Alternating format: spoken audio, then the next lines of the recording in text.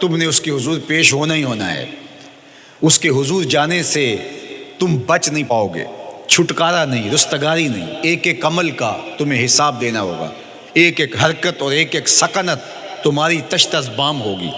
تمہارا پوشیدہ اور مخفی عمل قیامت کے دن سامنے آ جائے گا. اللہ اکبر. یہ قرآن ہے، یہ کوئی فرضی کہانی نہیں ہے. انہ لقول فصل وما هو بالہزل. فرمایا یہ قول فیصل ہے، یہ طے شدہ حقیقت ہے، یہ امر واقعی ہے. یہ کوئی مذاق نہیں ہے کہ یوں ہی کوئی کہانی بیان کر رہا ہے. یہ سب کچھ ہونے والا ہے. یہ اپنی آنکھوں سے تم دیکھو گے. آج انکار کرو یا اقرار کرو، تمہیں کھلا موقع دیا ہے. حتیٰ کہ تم کافر بن کے زندگی گزارنا چاہو، نمرود بن کے جینا چاہو، فرعون بن کے جینا چاہو، حامان بن کے جینا چاہو، ہم تجھے دنیا پہ موقع دیں گے. لیکن یہ نہیں ہے کہ جب زندگی کی بساط لپیٹے گی پھر کام ختم ہو جائے گا. نہیں، یہ تمہیں ہمیں فرصت دی ہے، پھر ہم نے تم سے حساب لینا ہے. ایک ایک عمل تمہارے سامنے آئے گا. اللہ اکبر. ذرا غور کیجئے. فآمنوا باللہ، تو بہتر ہے کہ اللہ پر ایمان لاؤ. اس کے حضور تو تم نے آنا ہی آنا ہے. بہتر نہیں ہے کہ جیتے جی آ جاؤ، پھر لوگ تجھے اٹھا کے لائیں گے. اچھا نہیں ہے کہ اپنے قدموں سے چل کے آ جاؤ. کی آنکھ سن لوک یعقوب تینوں جدوں ٹر پہ ہوں سر منہ کج کے تو.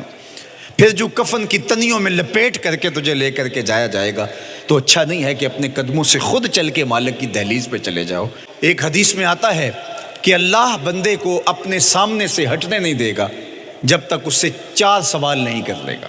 آپ دیکھیے، میں دیکھوں کیا ہم ان سوالوں کے جواب دینے کے لیے اپنے آپ کو تیار کر رہے ہیں. پہلی چیز، اللہ پوچھے گا عمر کہاں گزاری. دوسرا سوال، اللہ تعالیٰ علم کے بارے میں پوچھے گا. جو پڑھا تھا بتا، عمل کہاں تک کیا. خلوت، جلوت، زندگی، شام و سحر تیرے اس سیکھے ہوئے علم کی مطابقت میں تھے، یا علم عزت دولت کمانے کے لیے پڑھا تھا. تیسری بات، اللہ پوچھے گا مال کمایا کیسے، اور مجھے بتا مال خرچ کہاں کیا. آج لوگ نیب سے ڈرتے ہیں کہ ہم سے پوچھ نہ لیا جائے کہ یہ آیا کہاں سے. منی ٹریل پیش کرو، یہاں ہم بچ جائیں گے.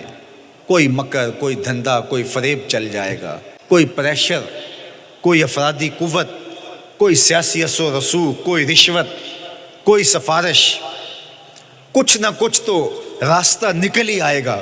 اور آج کی دنیا میں صرف یہی پوچھا جاتا ہے کمایا کہاں سے. یہ نہیں پوچھا جاتا خرچ کہاں کیا. جیسے چاہو خرچ کرو، لیکن وہاں سوال ہوگا وفیما انفقہ، خرچ کہاں کیا.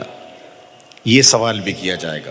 وعن جسم ہی فیما ابلاہ، اور جسم کے بارے میں پوچھا جائے گا اس جسم کو دی ہوئی توانائیوں کو خرچ کہاں کیا. بعض روایت میں ان شباب ہی فیما ابلاہ، جوانی کے بارے میں پوچھا جائے گا تیری جوانی کے خوبصورت دن کہاں گزرے. مجنو بن کے چوکوں میں کھڑا تو نہیں رہا، پارکوں کے گرد پروانوں کی طرح گھومتا تو نہیں رہا، تیری نظر بدکاریاں تو نہیں کرتی رہی، اپنی خواہشات کا غلام بن کے زندگی تو نہیں گزاری، تیری ساری رات 4 انچ کی سکرین کے اوپر بدکاریاں کرتے بسر تو نہیں ہوئی. پوچھا جائے گا بتا جوانی کہاں گزری. جوانی مستانی ہے یہ کہہ کر کے تو نے ہر ضابطے سے چھٹی تو نہیں کر لی تھی، یا جوانی کے تقدس کو تو نے محفوظ کیا اور راتوں کی تنہائیوں میں اللہ کے حضور سجدہ ریزی کرتا رہا. میرے اور آپ کے آقا و مولا نے فرمایا جو جوان جوانی میں توبہ کرے وہ اللہ کو محبوب ہے. اللہ اکبر. اور اللہ جن 7 لوگوں پر اپنے عرش کا سایہ کرے گا ان میں سے ایک شخص کا ذکر کرتے ہوئے فرمایا وَشَابٌ نَشَأَ فِي عِبَادَةِ اللَّهِ، وہ جوان جس کی جوانی اللہ کی عبادت میں گزری. قیامت کے دن جب کوئی سایہ نہیں ہوگا اللہ اسے اپنے عرش کا ٹھنڈا سایہ عطا فرمائے گا. میرے مخاطبین جو اس وقت میرے سامنے موجود ہیں بالمشافہ، اور پوری دنیا کے اندر جو اس وقت مجھے دیکھ رہے ہیں، ان میں زیادہ تر تعداد نوجوانوں کی ہے. تو میں آپ سب سے مخاطب ہوں اور آپ کو کہتا ہوں کہ یہ جوانی دوبارہ نہیں ملنی. بندہ کہتا ہے بڑھاپا آئے گا دیکھ لیں گے. جس طرح ہر چیز کا سرور جوانی میں ہوتا ہے، ہر چیز کا لطف بندہ کہتا ہے جوانی میں ہے، سجدوں کا جو لطف جوانی میں ہے وہ کسی اور زمانے میں نہیں ہے. اپنی پیشانی کو سجدوں سے آشنا کرو، اپنی جوانی کو مثل سحر بے داغ رکھنا، اپنے شباب کو الجھنے نہ دینا، اپنے شباب کے تقدس کو پامال نہ ہونے دینا۔ اس کائنات کا بہترین چہرہ وہی ہے جو جنسی کالک سے محفوظ ہے۔ اپنے تقدس کو مجروح نہ ہونے دینا۔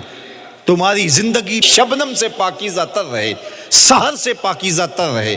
تمہاری جوانی اتنی خوبصورت ہو کہ محمد عربی کو رشک آئے تمہاری جوانی پر۔ اپنی جوانی کو آوارگی میں بسر نہ کرنا، اپنی اس جوانی کو دین کے لیے وقف کرنا۔ سحری کے سجدوں میں آنسو بہا کر کے جوانی کا لطف کشید کرنا۔ جوانی کا لطف اور مزہ رب کے ساتھ محبت اور رب کے ساتھ عشق کرنے میں ہے۔ جوانی کے اندر دل کی بے تابیاں، دل کی بے چینیاں اور دل کی بے قراریاں ذرا مسلح پہ لے کے آؤ۔ عشق کرنا ہے تو کسی آوارہ سے نہیں، عشق کرنا ہے تو رب العالمین سے کرو، آمنہ کے لال سے کرو، تو پھر دیکھنا کہ یہ جوانی کیا نور بخشتی ہے۔